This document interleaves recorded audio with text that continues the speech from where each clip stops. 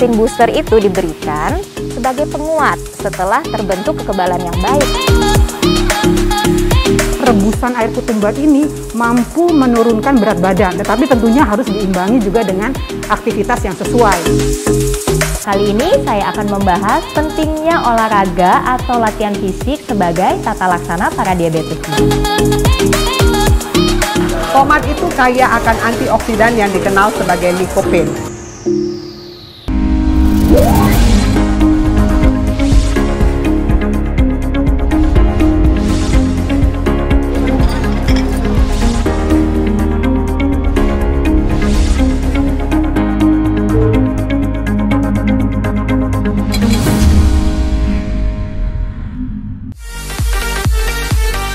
Assalamualaikum warahmatullahi wabarakatuh.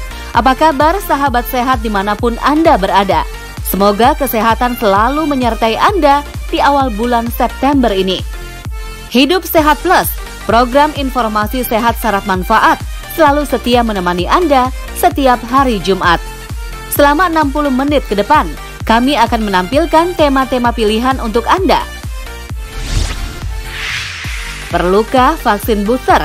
Kapan dilakukan vaksinasi booster COVID-19? Dr. Zuzi Maria, spesialis penyakit dalam konsultan alergi dan imunologi, akan menjelaskan tentang manfaat vaksin booster COVID-19 untuk Anda.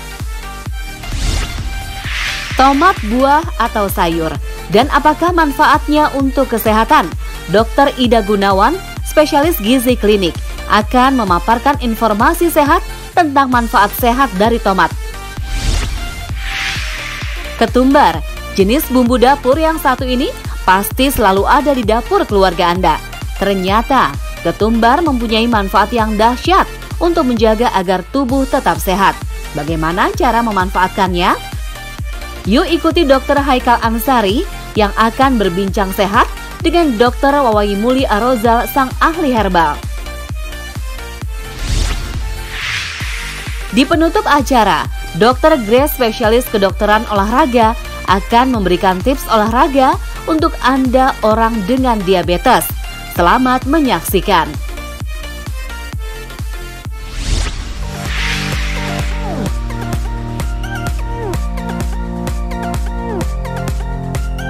Sudahkah Anda divaksin? Kalau sudah vaksin, sudah keberapa kali? Dan apa saja efek yang ditimbulkan setelah vaksin? Ini mungkin menjadi isu di tengah masyarakat yang sudah vaksin.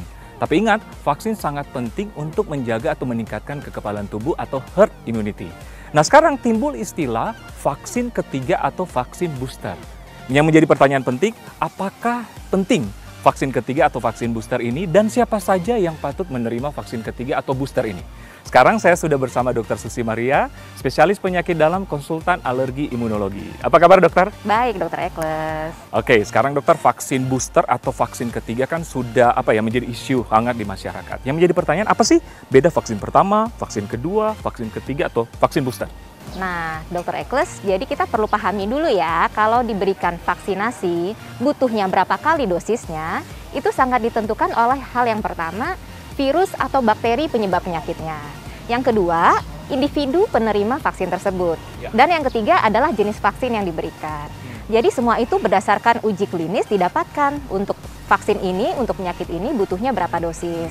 Nah, untuk vaksin COVID-19 yang saat ini kita gunakan di masyarakat, umumnya membutuhkan 2 dosis primer. 2 dosis primer. 2 dosis primer. Jadi dosis primer itu kalau sudah dilengkapi, barulah terbentuk kekebalan tubuh yang optimal. Jadi kekebalan tubuhnya tinggi dan bertahan lama. Kalau seandainya hanya diberikan satu saja dari 2 dosis primer tersebut, artinya kekebalannya nggak cukup dan nggak bertahan lama. Memang ada vaksin yang jenis yang lain ya, yang untuk vaksin COVID-19, dosis primernya cuma butuh 1 dosis. Itu adalah vaksin Janssen, tapi saat ini belum masuk di Indonesia. Tadi terkait dengan vaksin dosis yang ketiga. Nah, sebenarnya untuk definisi perlu diluruskan dulu nih, Dr. Ekles. Ya, jadi kalau yang kita maksud adalah sebenarnya vaksin booster. Jadi vaksin booster itu diberikan sebagai penguat setelah terbentuk kekebalan yang baik pada vaksin dosis primer yang 2 dosis tadi, yang kemudian seiring waktu kekebalannya menurun, maka diberikan penguat, yaitu booster. Oke, jadi istilah yang paling tepat adalah vaksin booster. Ya, vaksin booster sebenarnya. Dan ada 2 dosis sebelumnya yang menjadi dosis primer. Benar. Ada mungkin pertanyaan di masyarakat, dokter, apakah saya bisa langsung vaksin booster tanpa melewati vaksin 1 dan vaksin 2? Ya, tentu saja kalau disebut booster, primernya harus ada dulu. Setuju, iya, jadi karena prinsipnya booster sebagai penguat, maka diberikan setelah tenggat waktu ketika kekebalan yang terbentuk dari vaksinasi sebelumnya itu sudah mulai turun dan tidak memberikan perlindungan yang cukup baik. Itu berapa lama, Dok? Nah, itu semua data didapatkan dari uji klinis, Dr. Eccles. Ya, jadi ternyata untuk vaksin yang saat ini kita gunakan, setelah 6 bulan rata-rata kekebalannya memang sudah turun dan bisa diberikan booster setelah itu.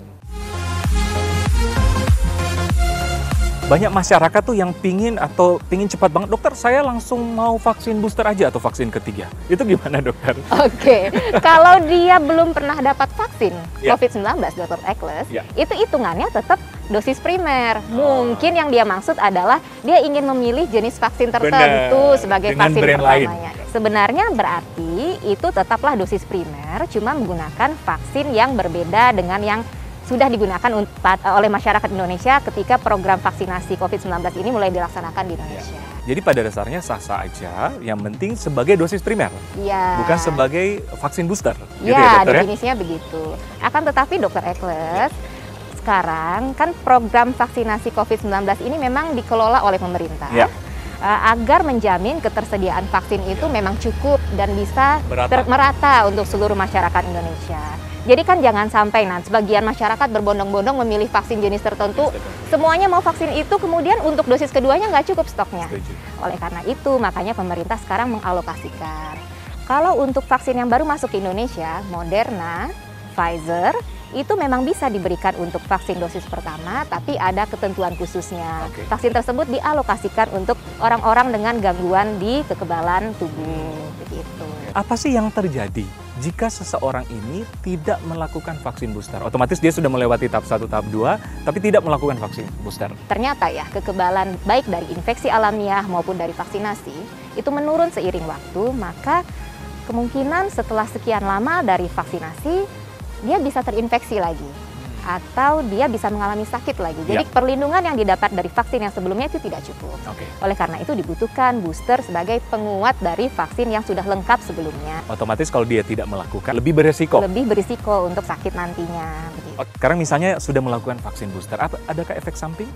Kurang lebih sama ya, Dr. Eccles. Kan memang untuk saat ini booster oleh pemerintah kita masih dialokasikan untuk tenaga kesehatan dulu ya.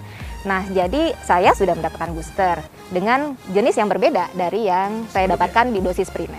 Sebenarnya secara umum efek yang didapatkan, efek sampingnya kurang lebih sama. Sebagian besar baik-baik saja, ada yang mengalami efek samping. Kalau efek samping juga sebagian besar ringan, misalnya nyeri, bengkak, merah di daerah suntikan, atau ada yang sampai mengalami demam, sakit-sakit sendi. Tapi umumnya itu adalah ringan dan hanya beberapa hari dan nanti baik sendiri. Karena isu di masyarakat efek samping dari vaksin ketiga ataupun booster, wah ada yang sampai segini mungkin. Tapi sebenarnya itu aman-aman saja ya. Aman-aman saja. Sudah menjadi hal umum bagi masyarakat mengenai brand-brand vaksin. Ada yang brand A, brand B, brand C. Yang menjadi pertanyaan, apakah semua brand bisa untuk menjadi vaksin booster? Sebenarnya pada prinsipnya bisa, Dr. Eccles. Jadi misalnya, kita sebut aja ya, misalnya vaksin dosis ke-1 dan keduanya Sinovac. Kemudian setelah 6 bulan kan ternyata diketahui kekebalan menurun. Kemudian ingin mendapatkan boosternya Sinovac juga. Bisa saja, tapi kita untuk kondisi pandemi ini ada pertimbangan khusus, Dr. Eccles. Selain dari ternyata titer kekebalannya yang berkurang, tapi kita ada perhatian terhadap varian virus yang baru. Nah, sifat dari varian virus yang baru ini adalah dia bisa menghindar dari kekebalan yang sudah kita miliki, baik dari infeksi sebelumnya ataupun dari vaksinasi yang sudah didapat sebelumnya. Jadi, para ahli ini berpikir, sebaiknya booster dilakukan dengan vaksin jenis yang mana, yang memiliki atau yang menghasilkan kekebalan yang paling baik untuk varian virus yang baru. Begitu. Tapi pada prinsipnya sebenarnya semuanya bisa. Menjadi pertanyaan masyarakat, mungkin kan sekarang ada vaksin booster ataupun istilah masyarakat vaksin ketiga. Nah, apakah diperlukan vaksin keempat, kelima atau vaksin booster yang lainnya? Iya, ya memang Kan kita baru menjalani pandemi ini sekitar 1,5 tahun. Ya, 1 tahun lebih ya. 1 tahun lebih. Jadi kita masih terus belajar. Para ahli, para ilmuwan terus belajar, meneliti bagaimana sih sifat virus ini, bagaimana sifat penyakit yang ditimbulkannya, seberapa efektif vaksin kita.